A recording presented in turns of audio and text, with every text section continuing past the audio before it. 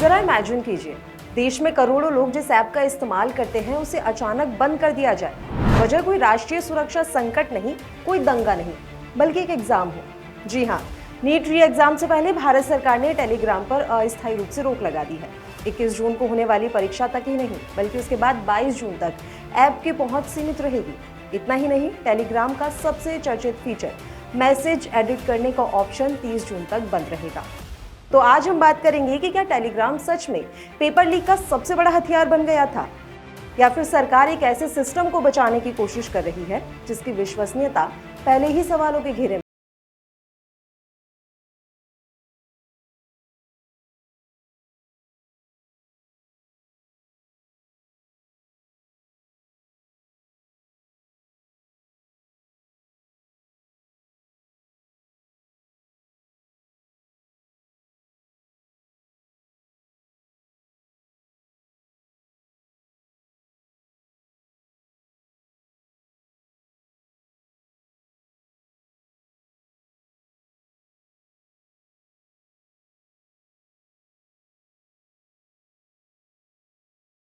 सरकार और एनटीए का दावा है कि टेलीग्राम पर कई ऐसे चैनल और ग्रुप सक्रिय थे जो छात्रों को कथित तौर पर पेपर लीक, आंसर की और परीक्षा से जुड़ी गोपनीय जानकारी बेचने का दावा कर रहे थे। जांच एजेंसियों को आशंका थी कि री एग्जाम से पहले ऐसे नेटवर्क फिर से सक्रिय हो सकते हैं।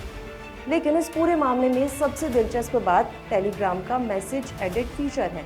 आमतौर पर यह फीचर यूजर्स की सुविधा के लिए होता है, लेकिन एनटीए का आरोप है कि कुछ लोग इसका इस्तेमाल फर्जी पेपर लीक सबूत बनाने के लिए कर रहे थे।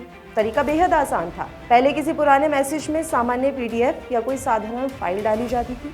परीक्षा खत्म होने के बाद उसी मैसेज को एडिट करके असली प्रश्न पत्र अपलोड कर दिया जाता था।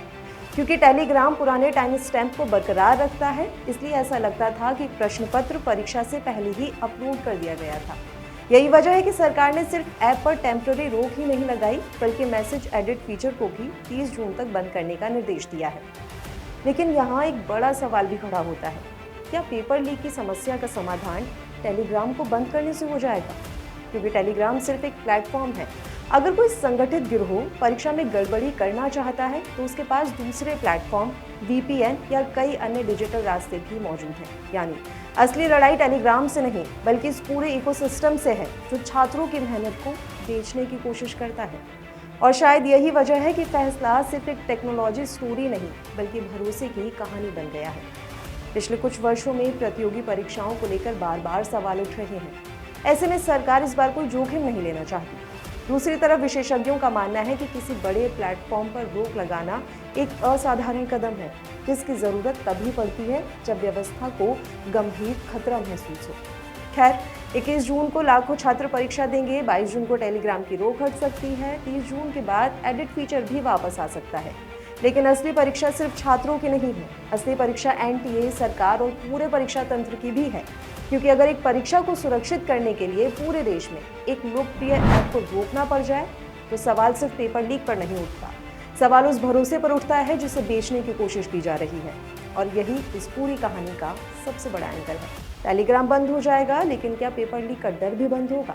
आपको क्या लगता है? हमें कमेंट करके ज़रूर बताइए कि क्या ये कदम काफ़ी रहेगा, या इस समस्या से निपटने के लिए और भी ज़रूरी कदम उठाए जाने चाहिए।